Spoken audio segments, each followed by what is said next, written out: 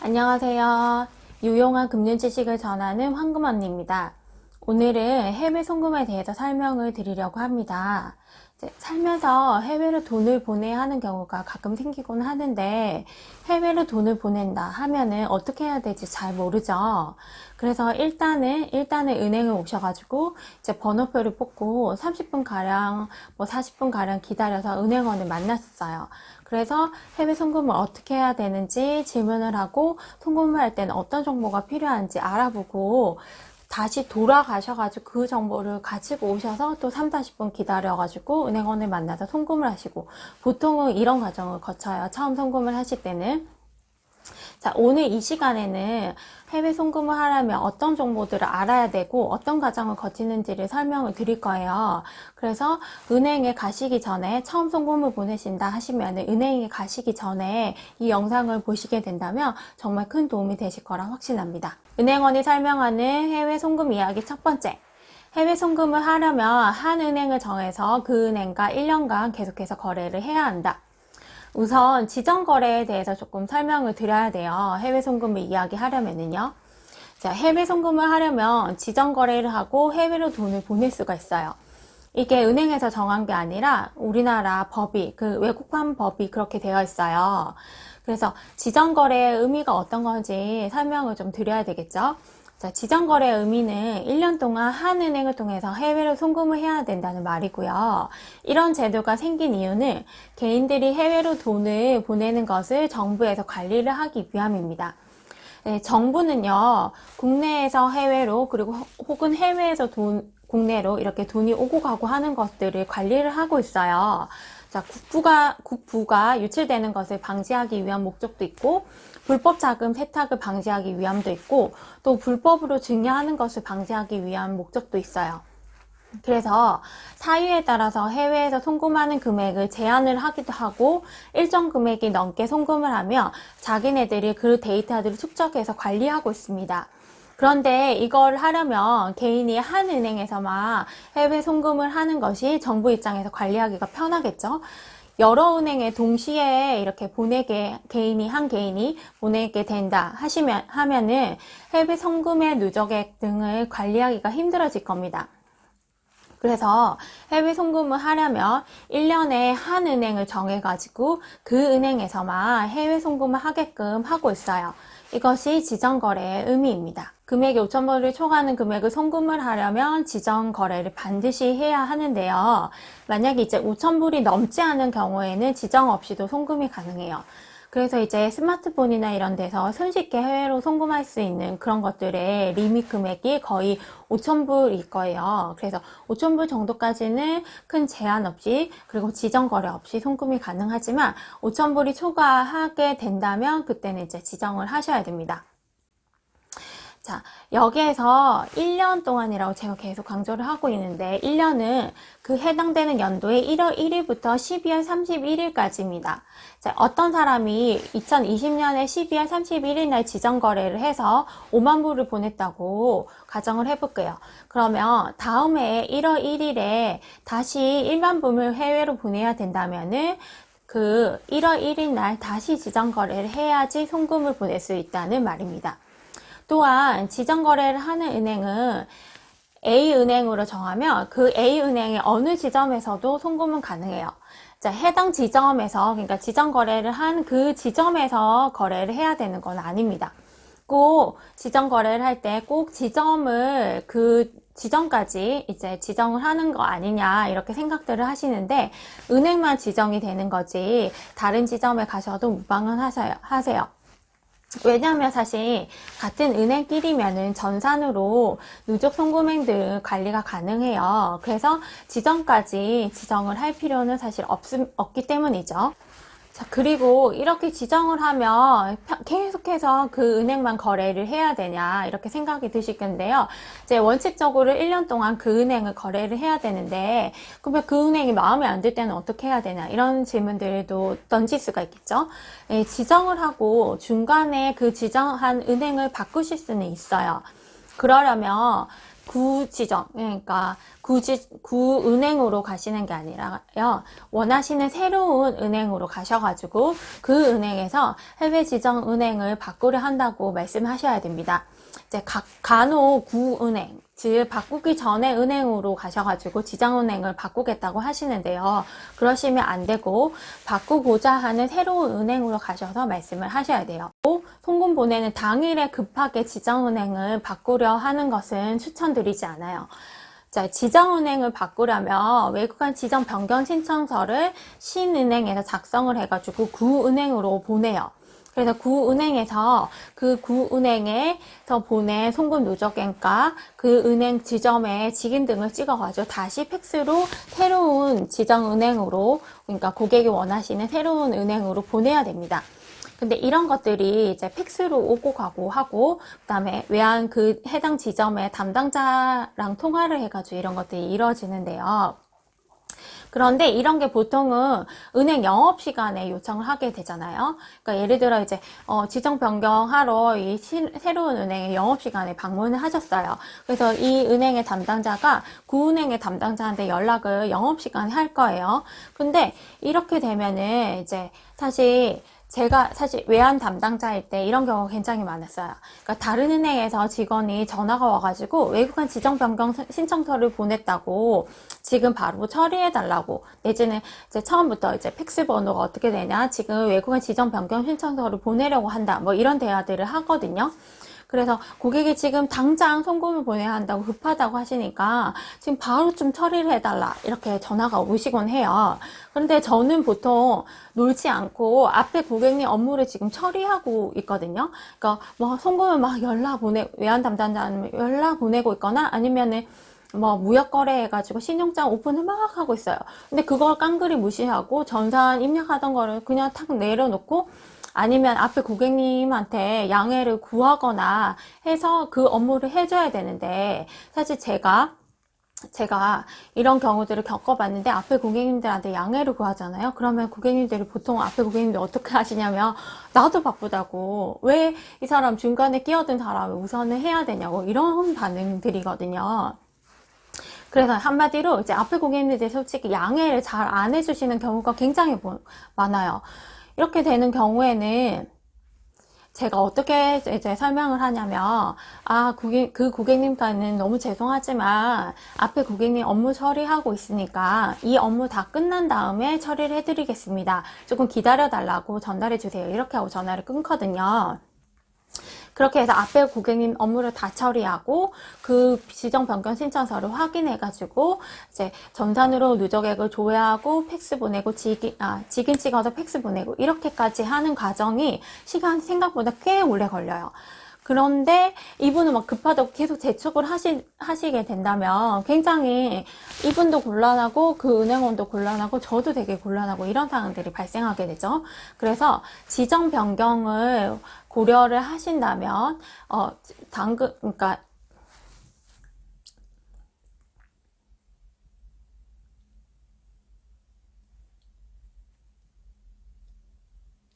그래서 지금 당장 지금 right now 송금을 급하게 보내야 된다 이런 경우시라면 지정 변경은 하시지 말고 그냥 기존 은행으로 가셔서 송금을 하시기를 추천드리고요. 은행을 지정을 변경을 원하신다 하시면은 급한 송금이 없는 날 시간을 내셔가지고 한번 변경하고자 하는 은행을 방문하셔서 지정 거래를 변경하시기를 추천드립니다. 은행원이 설명하는 해외 송금 이야기 두 번째, 지정 사유에 따라 송금 한도가 있고 관계기간에 통보되는 금액이 정해져 있다. 자, 지정 거래를 할 때 어떤 사유로 송금을 하는지 이제 그 사유에 따라 지정을 하는데요. 은행 창구에서 일어나는 개인 송금의 사유는 거의 90% 이상이 한 두 가지 정도의 사유로 일어납니다. 그 첫 번째가 지급 증빙 서류 미제출 송금이라는 사유고요. 두 번째가 유학생 송금 이렇게 됩니다. 이제 첫 번째 사유는 지급 증빙 서류 미제출 송금 이렇게 길게 말하지 않고요. 은행원들끼리는 그냥 개인 간 이전 지정 뭐 이런 식으로 불러요. 그래서 그렇게 하는데 일단 그 첫 번째 지급증빙서류 미제출 송금 사유는 말 그대로 해외 송금을 하는 목적이 해외 친지에게 생활비나 경조비 등을 보낸다거나 아니면 기타 소외 자본거래 등이나 아니면 회비 등을 보내는 겁니다. 해외 송금을 증빙하는 뚜렷한 사유가 없거나 혹은 제출하지 못하는 경우에 이 사유로 송금을 하게 됩니다. 이 경우는 제출하실 거는 실명 증표만 제출하시면 되고 이 사유로는 연간 미화, 그러니까 US 달러 5만 불까지만 송금할 수가 있습니다. 그리고 건당 3,000불 미만 건은 이 5만 불의 범위에 포함되지는 않아요. 그리고 관심 많으신 게 관계기관에 통보되는 금액들을 사실 많이들 문의를 하시곤 하는데요. 국세청 같은 경우에는 건당 3,000불 초과, 그리고 연간 누계액이 5만 불을 초과할 시에 통보가 되고요. 그 다음에 관세청이나 금감원은 건당 3,000불을 초과할 때 모두 통보가 됩니다. 그리고 건당 1만 불을 초과하는 경우에는 당연히 국세청에 당연히 되겠죠. 예, 누적액 아까 1만 불이라고 했으니까 건당 1만 불 초과하는 경우에도 당연히 국세청에 통보가 되겠고, 그 다음에 관세청 금감원에도 통보가 되고요. 그 다음에 해외에서 송금되는 걸 받을 때도 건당 1만 불이 초과하는 건들은 국세청이나 관세청 금감원에 통보가 됩니다. 자, 두 번째 사유로 해외 유학생 송금인데요. 해외 유학생 송금은 말 그대로 해외 유학을 하고 계시는 분들을 위한 송금이에요. 자, 해외 유학 기간이 6개월, 그러니까 6개월 이상이신 분들은 해외 체제비 송금으로 지정을 해서 송금을 보내게 됩니다. 자, 지정을 할 때는 유학생 본인 명의로 지정을 거래를 하는데요. 처음 지정을 할 때는 입학허가서와 유학생 본인의 여권 사본이 필요해요. 그런데 보통 유학생 송금은 부모님들이 와서 거래를 많이 하시죠. 그래서 지정 거래 자체도 부모님들이 와서 지정 거래를 하고자 하시는 경우들이 좀 많은데요. 그렇게 되면은 필요 서류가 조금 더 많아져요. 일단 유학생 본인이 미성년자시다 하게 된다면은 자녀분의 기본증명서, 그리고 그 가족관계 증명서, 가족관계 증명서에 자녀분과 부모님의 관계가 나오겠죠. 그리고 자녀분의 여권 사본, 이제 이건 사본입니다. 그래서 이제 사본, 원본 없어셔도 되고 여권 사본이 필요하고, 그 다음에 오시는 부모님의 실명증표 원본, 이거는 실명증표 원본이 필요하고요. 그 다음에 입학허가서 등이 필요합니다. 그리고 만약에 유학생이 성인이시다 하시면은 자녀분의 인감증명서, 그 다음에 인감증명서에 이제 그 등록된 인감이 날인데 위임장, 그리고 부모님의 실명증표 원본, 그 다음에 입학허가서가 필요해요. 근데 만약에 이제 유학생이 성인이시면서 이미 출국을 한 상태다. 그러면 조금 이제 곤란해지기는 하는데요. 일단 그렇게 되면은 유학생의 여권 사본이 필요하고, 아포스티유 유인장이 필요하고, 그 다음에 부모님의 실명증표 원본, 그 다음에 입학허가서가 필요해요. 그리고 이렇게 이제 지정을 한 번을 하게 되고 나서 1년마다 지정 거래를 연장 거래를 하시게 되는데요. 이 경우에는 이제 재학 증명서 아니면 직전 연도의 성적 증명서 등만 이제 제출하셔도 연장 가능합니다. 그리고 이제 아주 가끔이시기만 이제 조부모님들, 그러니까 할아버지 할머니들이 오셔가지고 손주분에게 유학생 송금을 하고 싶다고 하시곤 하는데요. 이런 경우에는 유학생 송금으로 처리가 안 돼요. 그러니까 무슨 말이냐면 유학생 송금으로 지정을 하고 유학생 송금을 보낼 수 있는 사람은 유학생 본인이거나 아니면 유학생의 부모님만 이게 가능은 하거든요. 그래서 조부모님이 오시면은 유학생 송금으로는 처리가 되지 않고요. 이제 이 조부모님 같은 경우에 개인 간 이전 거래, 그러니까 첫 번째 사유, 송금 서류 미제출 사유로 이제 송금을 보낼 수가 있게 되고요. 그러시면 아까도 말씀드렸다시피 이제 1년에 5만 불까지만 보낼 수가 있고, 똑같이 1만 불을 초과하게 될 시에는 국세청에 통보가 되는 겁니다. 그리고 유학생 송금은 송금 한도가 없어요. 하지만 관계기관에는 연간 누적에 10만 불이 초과하며 국세청과 금감원에 통보가 됩니다. 이제 가끔 오셔가지고 이제 유학생이 집을 산다고 해가지고 부모님이 오셔가지고 그 유학생에게 이제 돈을 보태고 주고 싶어서 유학생 송금으로 돈을 보내겠다고 하시고는 하는데, 이런 명목으로는 송금이 그러니까 유학생 송금이 되지는 않아요. 그러니까 입증 서류가 없으신 거잖아요. 그러니까 집을 사시는 거는 유학생 송금으로는 처리가 되지 않습니다. 자, 세 번째는 개인 사업자의 무역 거래 시에는 지정을 하지 않고 송금이 가능해요. 그 개인 사업자분들이 해외 거래사에 송금을 해야 한다고 이제 오시는 경우가 가끔 있곤 하는데요. 그런 경우에는 지정 거래 없이도 송금은 가능해요. 그 대신 이게 이제 무역 거래임을 입증하는, 그러니까 무역 거래하면 돈을 보내고 이제 물건을 받고 뭐 물건을 보내고 이런 거겠죠. 이런 무역 거래임을 입증하는 거래 대금이 적힌 계약서나 텀시트 등을 가지고 오셔야 해요. 그리고 사업자 등록 증명서, 그리고 이제 아까 설명을 드렸던 거래 계약서 등, 그리고 신분증을 가지고 오셔가지고 송금을 하실 수가 있고, 송금 금액 등은 제한이 없어요. 하지만 이런 수출입 대금 같은 경우에는 금액에 상관없이 모두 관세청에 통보가 됩니다. 은행원이 설명하는 해외 송금 이야기 세 번째, 해외 송금 시 꼭 필요한 정보가 있고 송금 시 발생하는 수수료가 있다. 자, 우리가 국내에서 은행끼리 돈을 주고받을 때는 은행 이름과 계좌번호, 수취인명을 알아야 하잖아요. 그 해외 송금도 마찬가지예요. 그 수취하는 은행 이름, 물론 영문으로 된 은행 이름입니다. 그리고 계좌번호, 수취인명, 이것도 영문으로 된 수취인명이 필요해요. 그리고 이제 수취 은행이 부정확할 수가 있잖아요. 스펠링이 틀릴 수도 있고, 뭐 주소가 틀릴 수가 있고, 뭐 이런 것들 때문에 은행 그 전 세계적으로 송금을 보낼 때는 지정이 되어 있어요. 그 스위프트 코드라는 게 지정이 되어 있는데요. 이제 수취 은행의 이름 대신 이게 스위프트 코드가 사용되고는 합니다. 스위프트 코드에서 조금 추가적으로 설명을 드리는 거는, 이거는 해외 송금을 정확하게 주고받기 위해서 전 세계 은행 등이 공통적으로 정해 놓은 거예요. 그래서 영문 숫자랑 이렇게 혼합이 되어 있고요. 다시 그래서 종합해서 이거를 말씀드리면, 해외 송금 시 필요한 정보는 수취은행의 스위프트 코드, 계좌번호, 수취인명이 필요하고, 이 스위프트 코드는 영문 숫자 혼합이다. 그리고 수취인명은 영문으로 필요하다. 그다음 계좌번호 같은 거는 숫자로만 이루어졌겠죠. 이렇게 세 가지가 꼭 필요합니다. 그리고 나라들마다 요구하는 정보가 조금 더 있는 경우들이 있는데요. 그것들은 대부분 지정번호나 아니면 은행 번호들을 추가로 요구하는 경우가 있어요. 그런 경우에는 이제 그러니까 한 나라 안에 은행이 너무 많고 지점이 많아가지고 스위프트 코드만으로도 정확하게 그 해당되는 은행을 찾을 수가 없을 경우에 이렇게 운영이 되고 있는데요.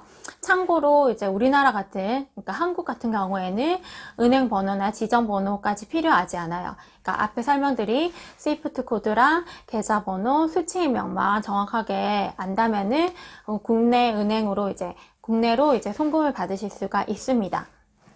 그런데 이제 미국 같은 경우, 그다음 캐나다, 뭐 호주 이런 나라들은 이 세 개 말고도 추가적으로 정보가 더 필요한데요. 미국 같은 경우에는 은행 번호로 라우팅 넘버라고 불리는 숫자가 필요하고요. 그거는 9자리입니다. 그래서 미국 같은 경우에는 라우팅 정보가 추가적으로 필요하고요. 그 다음에 캐나다 같은 경우에는 트랜짓 넘버라는 명칭으로 불리고 있고 숫자로 9자리입니다. 그리고 영국은 솔트 넘버라고 부르고 숫자로 6자리고요. 호주는 BSB 넘버라고 부르고 이것은 6자리입니다. 그리고 일본은 브랜치 코드라고 부르고 3자리입니다.